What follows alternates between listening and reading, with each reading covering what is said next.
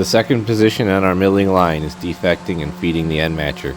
In this video, you're going to get an added treat as Rick runs around checking out how the line is running and comes over interacting with Eric wearing the camera.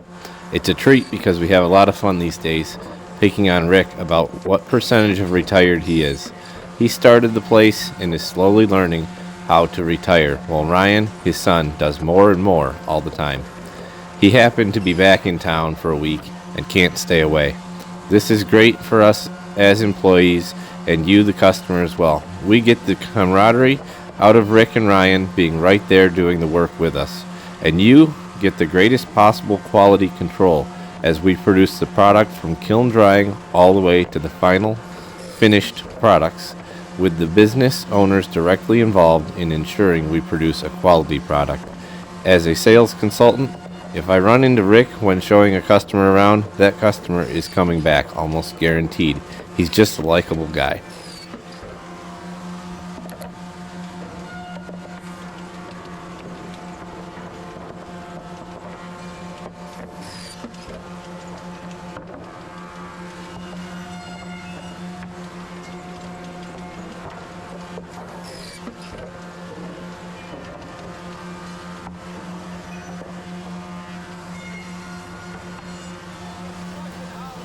On to what we're doing here today. With different products, there is some variance in what must be defected out. In this case, 2x10 Adirondack siding that will be hewn. We do less because the hewing is going to alter the face. I'll try to point out what Eric is chopping out as we go through the video. For the fun of it, try to count and name the defects. He's going to chop out snipe, which is caused as the board enters and exits the planer. He can often sand this out, and you'll see him sand the chink strip before placing the board on the end matcher. He's also going to chop off split ends and knot holes. Once everything is defected, the awesome thing about end matching is there is no waste. No need to end on a stud. Easily handled and installed. Short pieces. Shorter, stays straighter, and those joints blend better than you might think. We keep the mix at about 80% 7 to 8 foot long pieces versus the shorts in pine. Although this video will show a lot of the chops because I need to cut length, and that's what we're showing here anyway.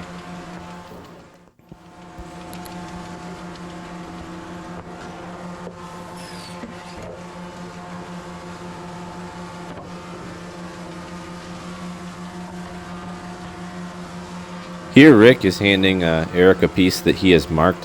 He put a line on the end and a squiggly mark over the area that needs to be chopped off, just because he saw something that needed to go and he was letting Eric know.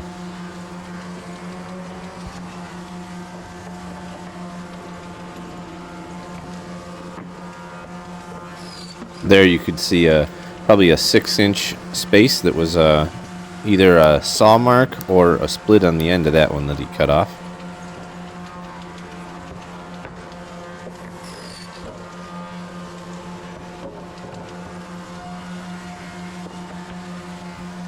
Every once in a while the barrel gets filled and he's got to take all the scraps and dump them in the larger scrap bin that will later get shredded into sawdust.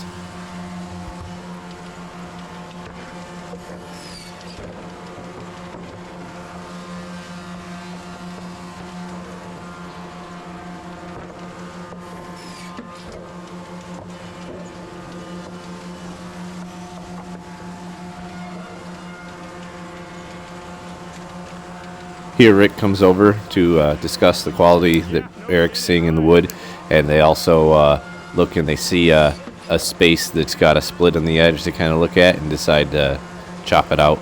That's all right. To tell you the truth, I throw away more stuff from the shear, from them cracking them, than anything. Some of those larger pieces he has to just toss over to the bin. They don't fit very well in the barrel, or at least they would fill the barrel very quickly.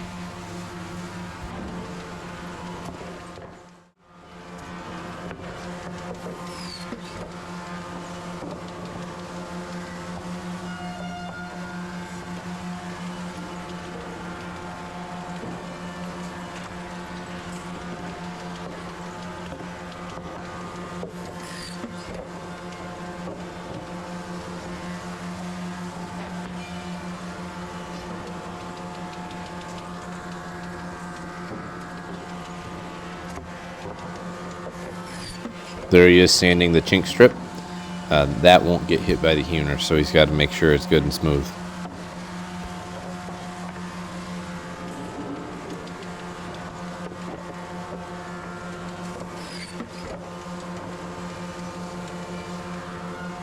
There he kind of looked at a knot after he chopped the end and just decided the knot should go as well. It was a little loose and went ahead and chopped it out.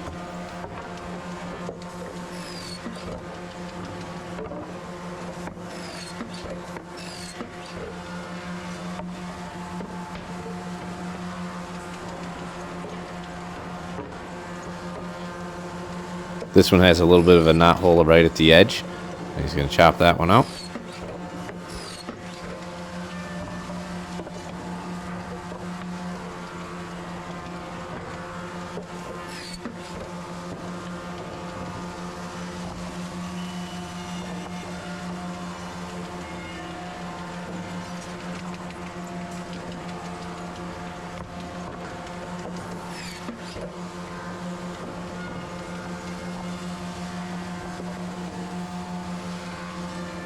The reason you see essentially every board gets chopped at least once is he is making sure that one end is squared off. The other end gets squared off before it even goes in the planer. If you haven't seen it, check out the video from last week. It shows where that gets squared off.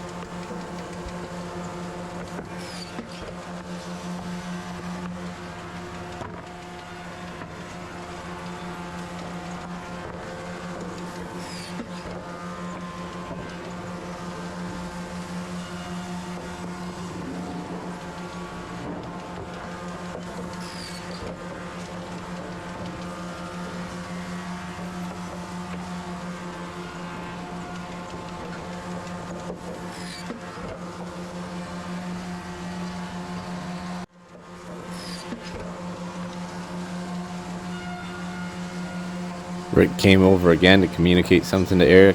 I will say I personally don't work the line as much as these guys, and between the earplugs and the machines, I'm not quite sure I understand how they can communicate as well as they do, but they do. We do also get our hearing checked once a year, just because of all the noise.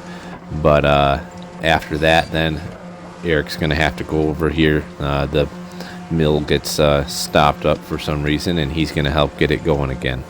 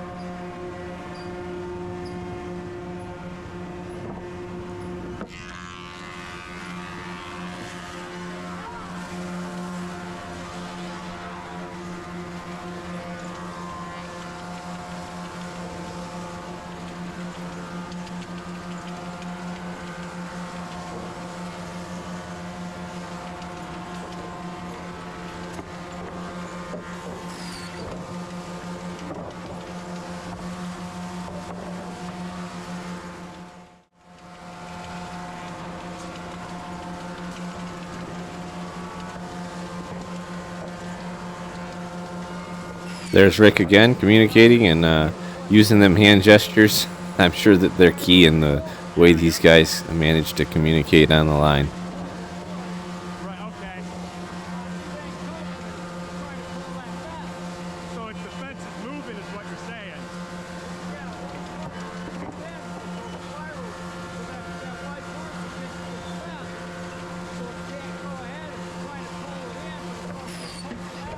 Okay. Really tight.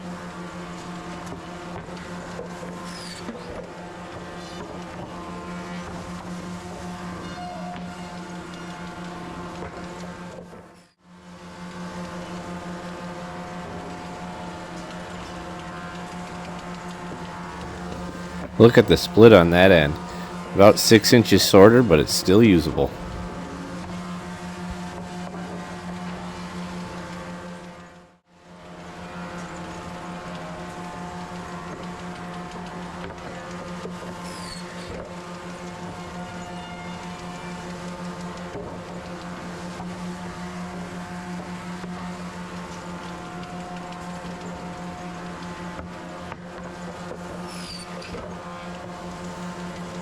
2 knot holes in that board. He's still able to use all pieces.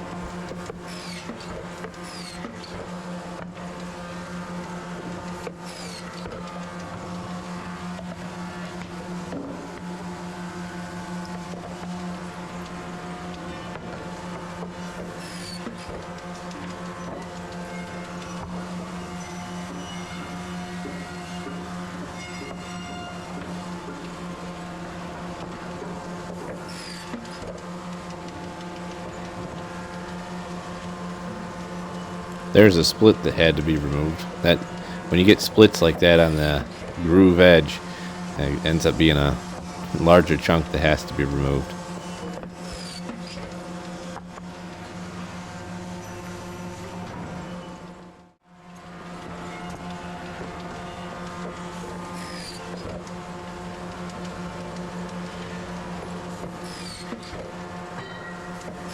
That's another split.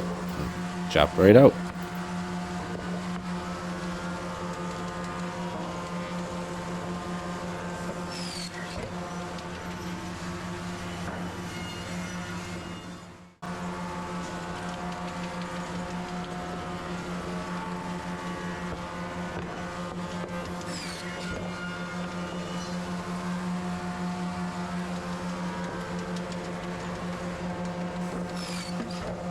I think he wanted to test and see just how usable or not usable that piece was, so he just tapped it on the edge and it broke easy, so it's going to scrap. Thanks for watching. Don't forget to leave that comment.